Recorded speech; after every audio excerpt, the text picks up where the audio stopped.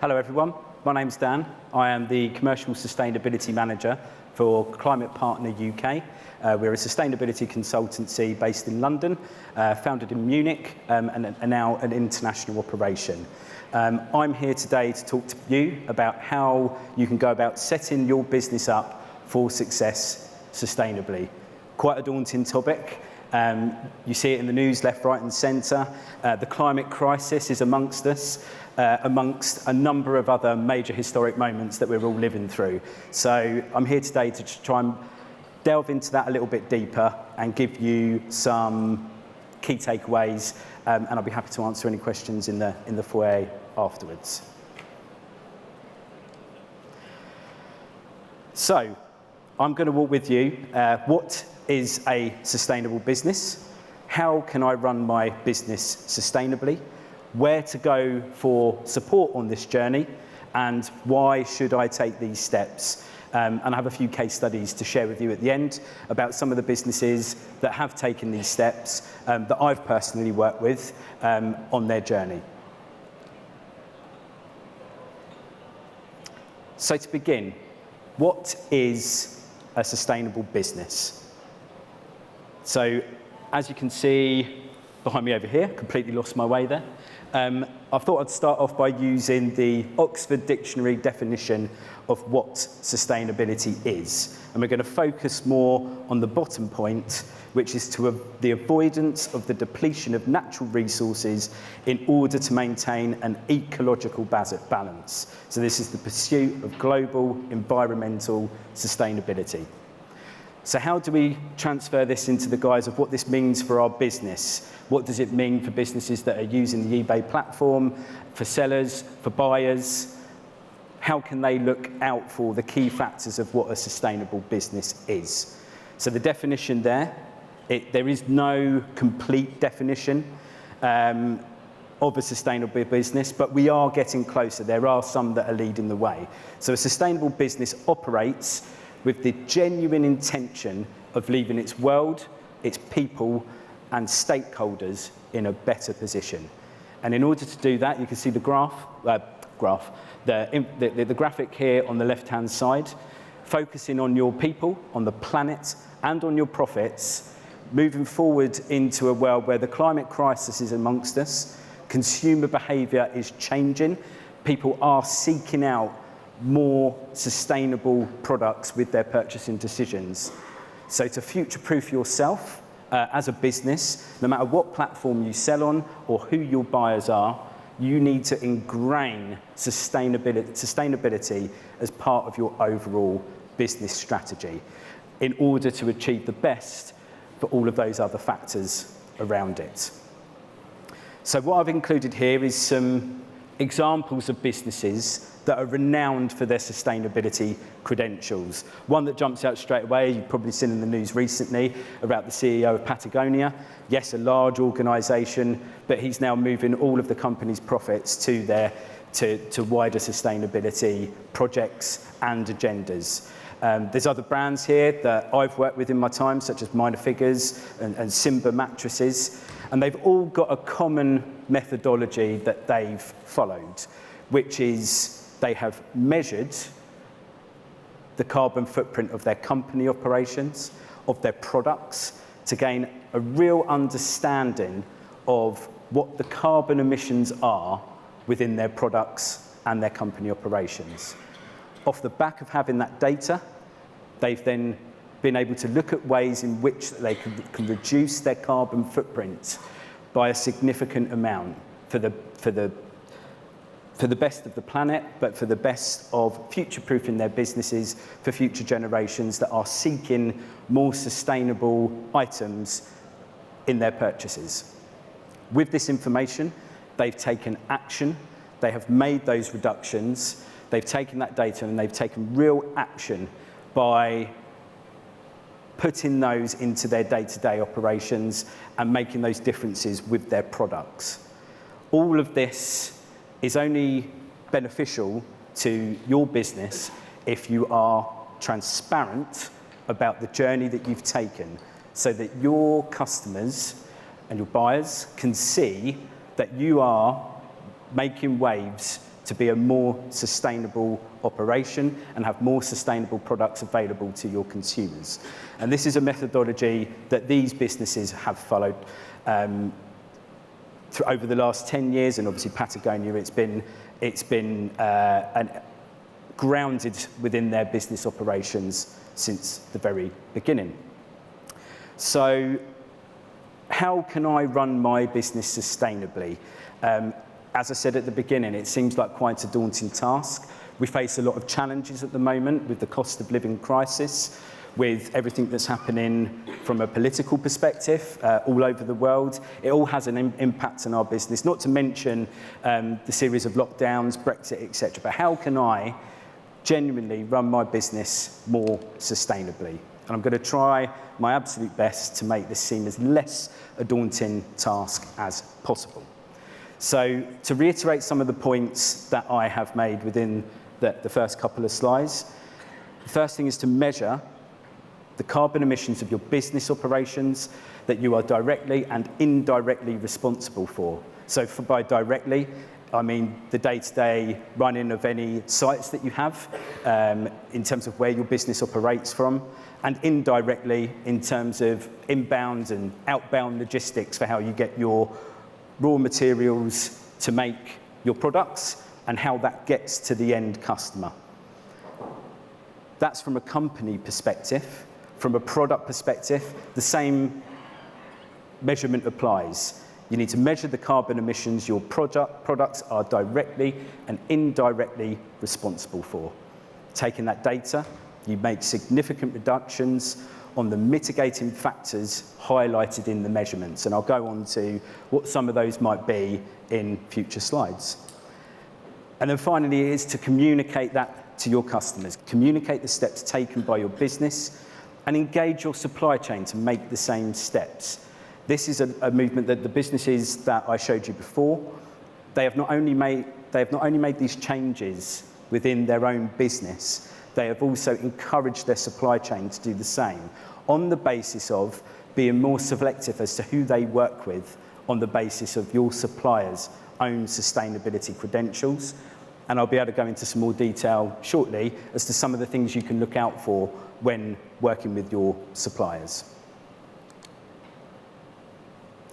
So rather than going into too much detail about what this means from a company point of view, obviously making it relevant to why we're all here today. You know, you're using the eBay platform, which is a platform that's fantastic with its circularity and its reuse model. It's already greener than other platforms that are out there.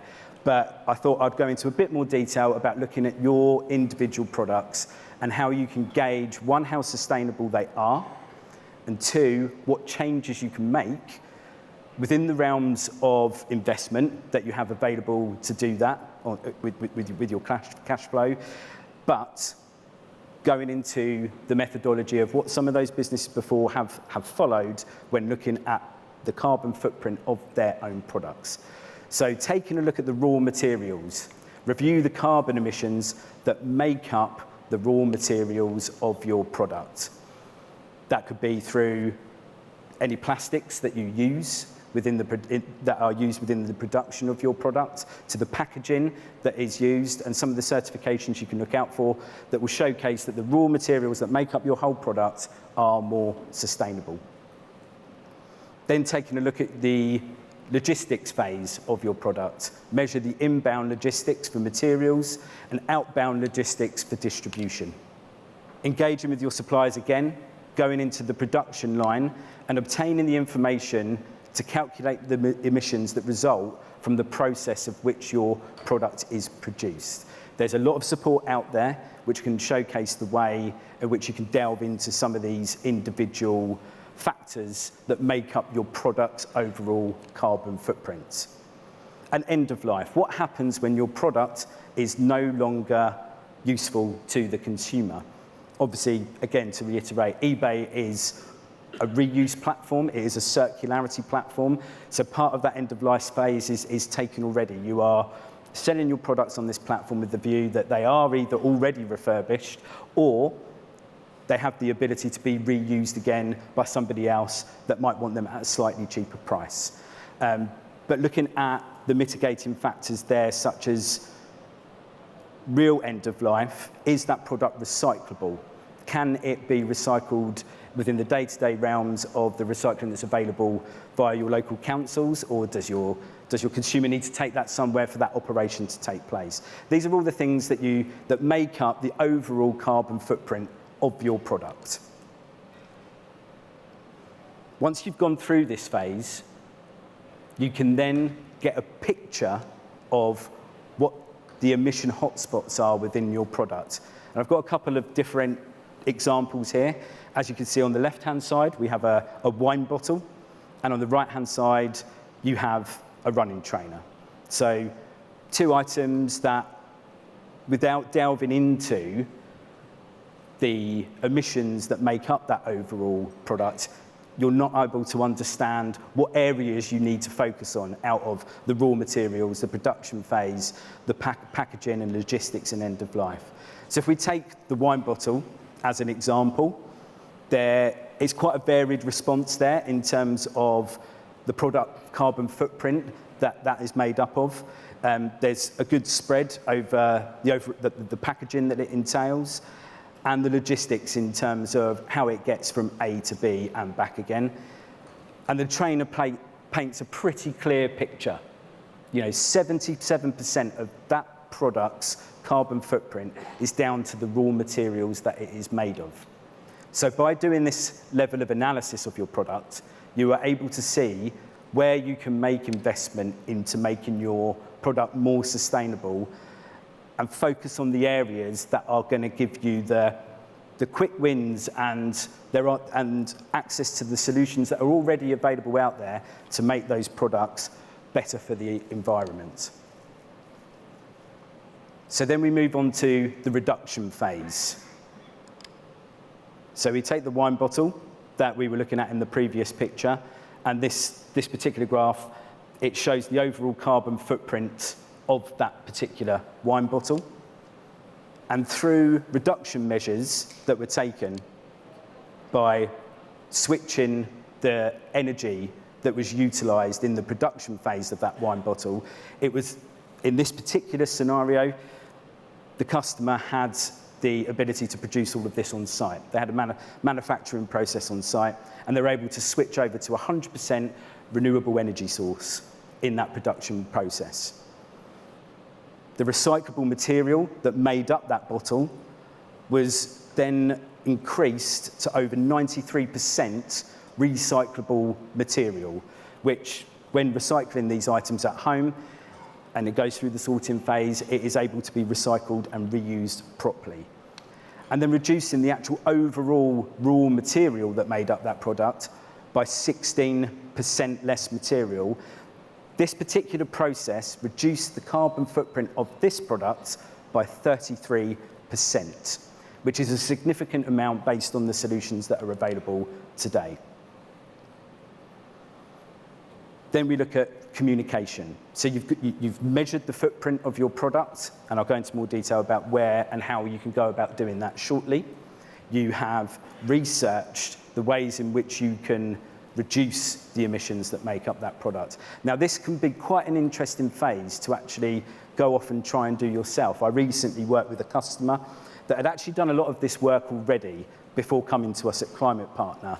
He wanted to be able to utilise our label to showcase his product's sustainability credentials, but he'd really researched the ways in which he can reduce the emissions himself by looking at the raw materials that made up the product, the packaging process, and where he was getting the products made. It's quite an interesting process to do yourself. There is assistance out there, but it's a good way of actually learning about what makes up the carbon footprint of your product. So how do you then go about communicating this to your customers? Ultimately, you will need to ingrain this story into your marketing strategy, leading on the fact that this is a sustainable product. Consumer behaviour is changing. Yes, we are faced with the challenges of the cost of production, the cost of living crisis, etc., but there are some key stats out there that showcase consumers are looking for more sustainable purchasing decisions when they are looking for the products that they want to have.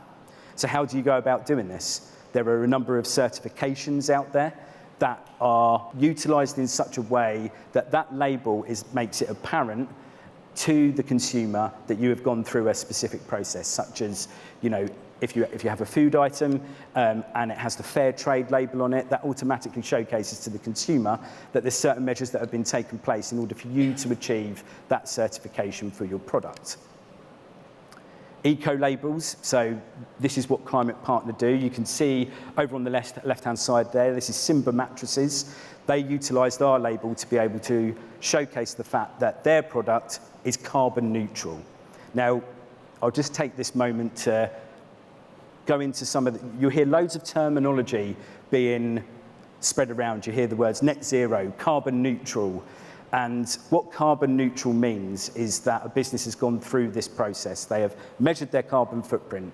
They've made the reductions to the best of their ability in the realms of cost and the technologies that are available.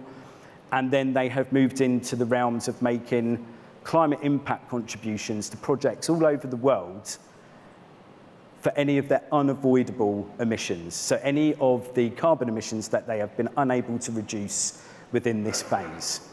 And then that gains them access to utilise our carbon neutral label, which is a fundamental part of their website and their marketing strategy, and it's on the physical product itself. And what sits behind that label is all of the information that I've just shared with you.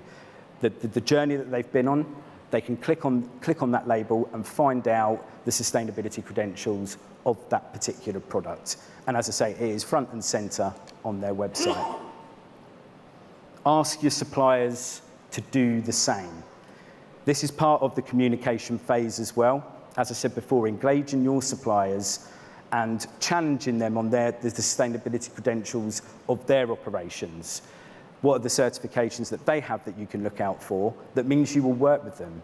And this can actually be utilised as a good bargaining tool to get better prices within your supply chain. If they're not taking these steps already, that you can engage with them to make those steps as well.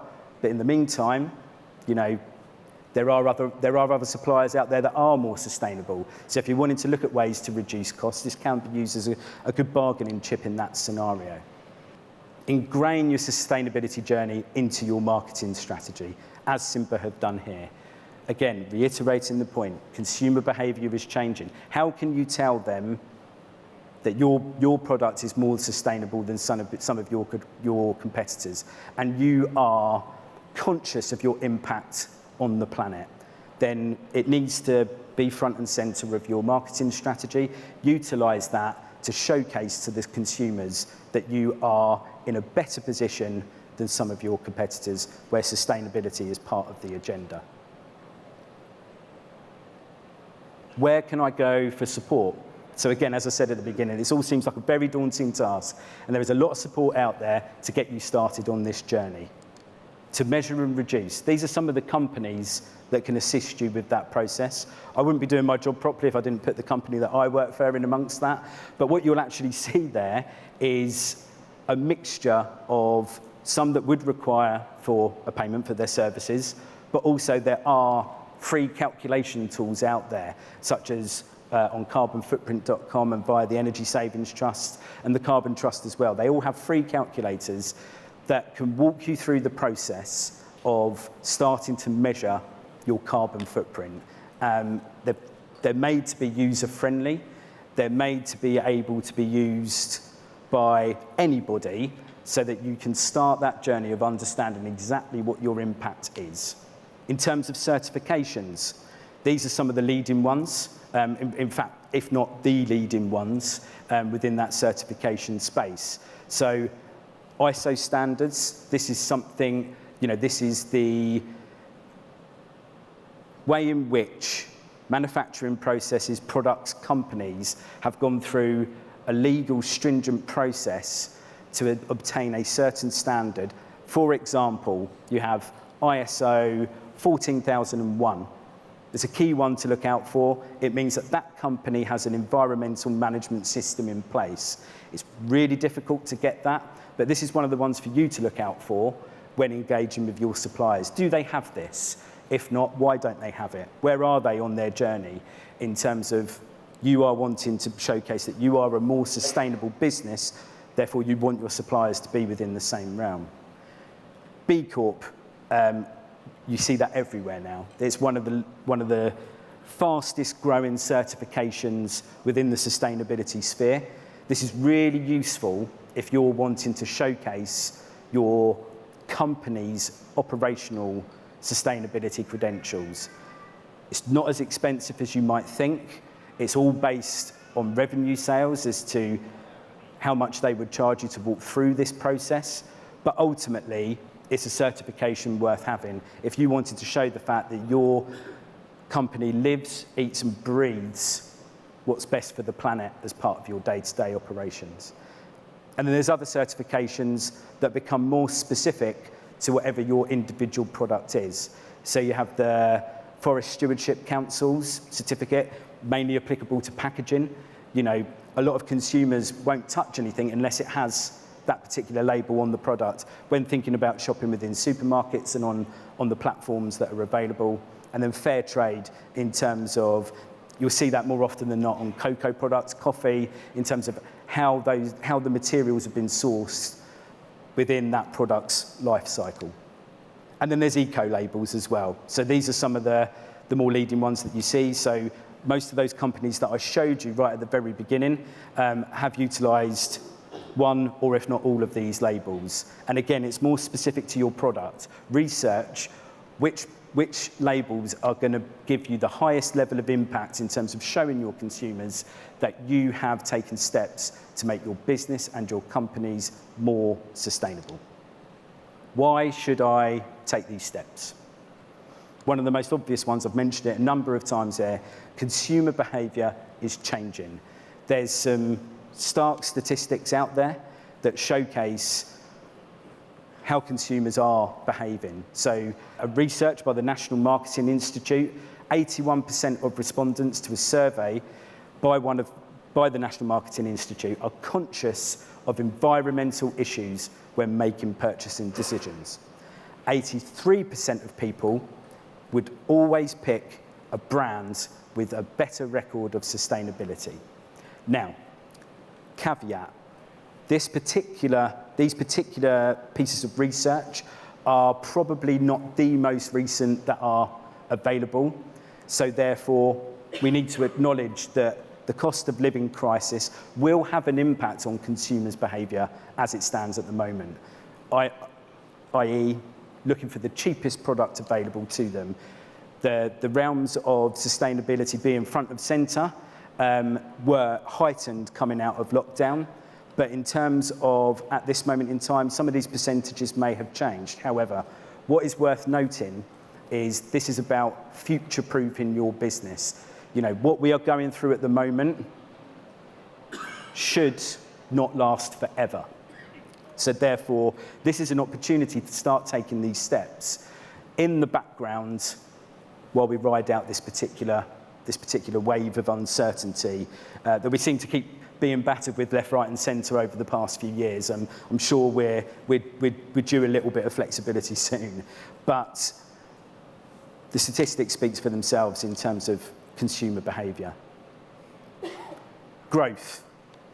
So in terms of data collected by B Corp, between 2017 and 2019, B Corp small to medium enterprises mean average annual turnover increased by 24% on the basis that they started and were acting on their sustainability journey. If you're an organisation that has a number of employees that form your company, in the same period, B Corp SMEs saw their annual employee headcount grow by 8% versus 0% for all other SMEs. Now, what this showcases is that we all know that candidates are steering the recruitment market, and they're being pickier about the businesses that they are deciding to not only apply for, let alone even consider joining a company. So it's worth considering that sustainability journey if you're looking to make your company a better place for the people that forms it. Regulation. Now, this wouldn't necessarily be applicable to everybody in the room, but regulation is changing. At the moment, sustainability is ultimately voluntary. You know, nobody has to do it. The reason we do it is because it's better for the planet, it's better for the people that form your company, and it's proving to start having an impact on what is better for your profits. Through growth does come being susceptible to more regulations. So as of April this year, if a product is not at least 30% recyclable, that organisation now incurs a £200 plastic packaging tax for every tonne of plastic that you use to make up your overall product that forms that packaging. And that's done on a per tonne basis. We are moving forward as well into compulsory reporting of your carbon emissions. We see the gender pay gap very much prevalent on pretty much all companies' websites. There will come a day when companies will be expected to be transparent about their carbon footprint, because that is important to a consumer's purchasing decision. And lastly, and by no means least, the planet. Why should I do this? Business operations in this country equates to 18% of all greenhouse gas emissions in the UK. That's a huge percentage if you think about the overall population. And the reason I've shared this graph on the left-hand side, you may have seen this. This is part of the Show Your Stripes campaign. It was set up by a professor at the University of Reading. And what this graph signifies is the change in temperatures in England since 1884. And it paints a pretty damning picture. So we must act now. You know, this is ultimately the right reason to do this. It is what's best for the planet. Unfortunately, at this moment in time, whilst it is voluntary, it is being done through a consumer lens, because there is an opportunity there to grow your business more sustainably, therefore engaging with consumers that are looking to make that particular purchase decision. But ultimately, we are in the midst of a climate crisis. I'm very passionate about it personally. I'm sure a lot of you in the room are as well. And it is quite simply the right thing to do. I'm going to showcase some case studies now. These are companies that have worked with Climate Partner. That the caveat with all of these is that they all came to Climate Partner having not started their sustainability journey. They hadn't measured their carbon footprint, which is the one thing you need to get started. So Misfits protein bars, you may have seen these on supermarket shelves or available online. They're plant-based protein bars, and they make cereals and powders as well. So they've been working since 2021 to calculate, reduce, and offset their company and product-specific carbon emissions. And the carbon footprint of Misfits on a company level was 25 tonnes of CO2, which is enough required to drive a car around the world twice. After measuring their carbon footprint, Misfits have reduced their transport emissions by roughly 66%, whilst also making changes to lower carbon packaging and raw materials. That process all begun by understanding exactly what their carbon footprint was from the offset. Nexus Sleep, we don't only work with mattresses, by the way. I know this is the second one I've used, but they're both incredibly comfortable. I hardly recommend both. So this is an online US and UK mattress and furniture company, and they were seeing very rapid year-on-year growth. End-of-life, reuse and recycling scheme was for return mattresses, substantially reduced associated emissions. Climate Partner is working on raw material emission factor research to help them reduce the climate impact as close to zero as possible. So by seeking that assistance from the companies that have the data from everybody else that has reduced their carbon emissions, they're able to research further for some of those technologies that might not necessarily be overly known on the market as yet, because some companies are really pushing this to being the best that they can be as a business sustainably. offset all life cycle emissions associated with their mattresses. I'm just going to very quickly touch on carbon offsets. You may have heard it. It is a bit of a, I can't think of the word. It's a term that's heavily debated. Just to reiterate the point here with this, you'll see a lot of models whereby companies will say, for every product sold, I'm planting a tree, therefore I am sustainable. Something is better than nothing, but it is not dealing with your carbon emissions. Trees can take up to 200 years to sequester and actually have an impact on the environment. So what we do at Climate Partner is we have projects based all over the world that companies that have gone through the measurement and reduction phases of their product life cycle can then come to us and actually say, I've got some emissions that I'm unable to reduce. So therefore I want to make an investment in a working project somewhere in the world, of which some would be for the afforestation of forests. There'll be others that are focusing on technologies that mean we can sequester the carbon that the ocean provides us. You know, there's some fantastic projects out there, but carbon offset investments as part of this process is to be used as the last point to work with. It's not the first. You can't work out your overall footprint and then simply invest all of what that is in carbon projects. You have to reduce, and it has to be for the unavoidable emissions. Anything you see elsewhere that tells you otherwise is factually incorrect. There is a document, it's the Greenhouse Gas Protocol. I encourage you all to read it as a bit of really interesting bedtime reading, but it will give you a lot of information that you need to really understand what this process is. And any companies that aren't adhering to that aren't following the process correctly. Last case study here, Lavera, which is natural skincare brand. I know I mainly see it within Lidl's and Aldi, but sustainability has been a crucial part of their culture for this family-run natural cosmetics manufacturer. They've been awarded the Green Brand Award for Sustainability Entrepreneurship 5 times in a row. This all begun working with Climate Partner for carbon measurement and reduction strategy for their company and all of their products. Reducing their carbon footprint through utilisation of 100% renewable energy sources, focusing on organic and vegan raw materials, and the use of recycled packaging materials enabled them to get as close to zero carbon emissions as they possibly can. Thank you very much for your time. I'm available after the session. I'll be in the networking area. If any of you want to have a chat, I'm hanging around for the afternoon. Thank you very much. I'm now going to hand over to Lorna, and I hope you enjoy the rest of your day. Thank you.